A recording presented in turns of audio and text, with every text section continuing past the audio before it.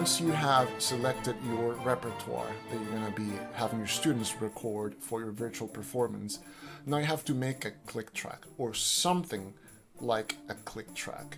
I have found that if you give students just a visual or a video of yourself conducting, and you ask them to play to that, it's just, things are just not gonna work out. They also need to be looking at their music, and it's just not gonna give you the accuracy that you need for a successful recording project. So you're gonna have to give them something to play to, and the most effective tool we have found is a click track, and there are different ways in which you can do that.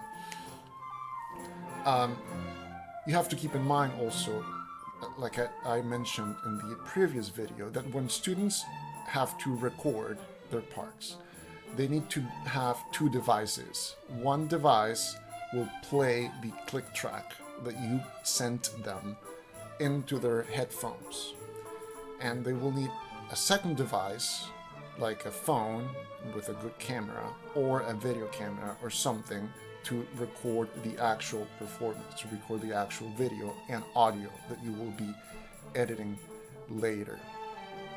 So there are basically three different things you could do to create a click track.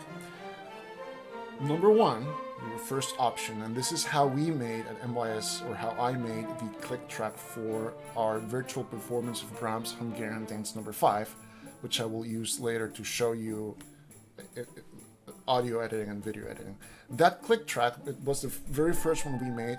I just took a couple, like claves, like literally just claves, and I had the score in front of me, and I just recorded myself giving a count off, 1, 2, 1, and then I just hit the claves in time as I, with my voice into the mic, also gave instructions such as, I go click, click, click, ready for slow down now, and 2 and 3 and 4 and go, 2, 2. So you can use your voice to give instructions as you play your claves. Now make sure that you can play your claves pretty evenly if you're gonna do that. For all of the other virtual performances that we did for MYS, I created the click tracks. I created most of them. A couple of my colleagues created others. I created them on my computer. I used Audacity, free audio editing program. It has a feature that lets you create a click track. You tell it the speed, beats per minute, and then it creates the click track with however many bars you want. So that's the second way to do it. You can just record yourself with claves or with a percussion instrument and your voice. Create it on your computer. I would recommend that you also add your voice to that with instructions. And for both of those options, depending on your students, depending on your ensemble, you might also want to add a backing track. In our case, for the Brahms Hungarian Dance No. 5, after I recorded the claves and my voice, I overlaid myself playing the first violin part on my violin. So students have something to listen to and something to play with, in addition to just the click track. I think this is crucial for younger students. Beginner, intermediate groups, they really need that backing track. And as a matter of fact, for our younger groups, we created separate click tracks for each section of our string orchestra. So there was a click track that had the click and the voice and the first violin part, so the student can play over that, playing their part.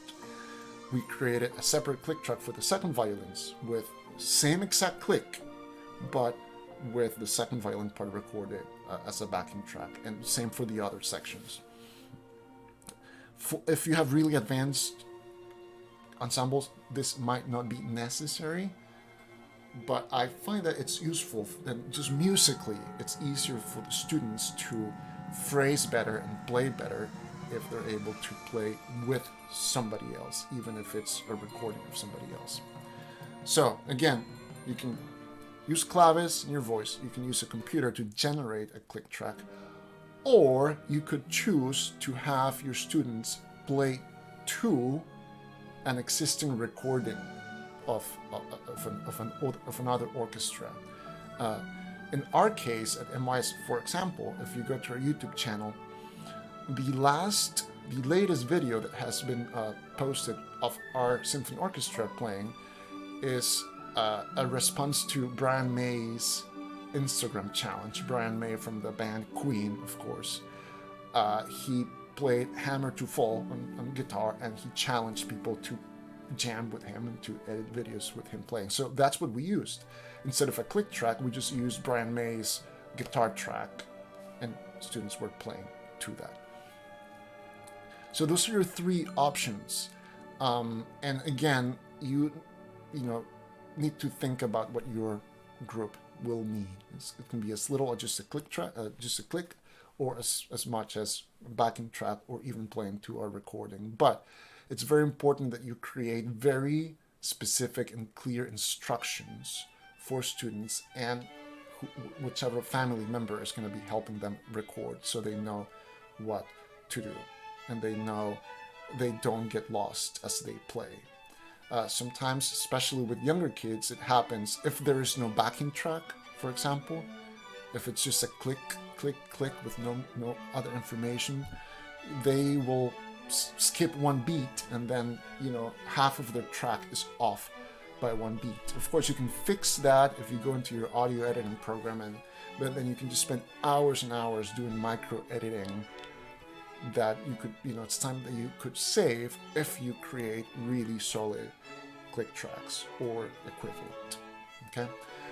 Now the next step after you have your click track and you have sent that to your students in some way, you could email everybody a Dropbox link to an audio file, or you could upload your click track to YouTube with some still image or whatever. It's just only audio. But so find a way to get the track to your students in a way that they can play it on their phone into their headphones.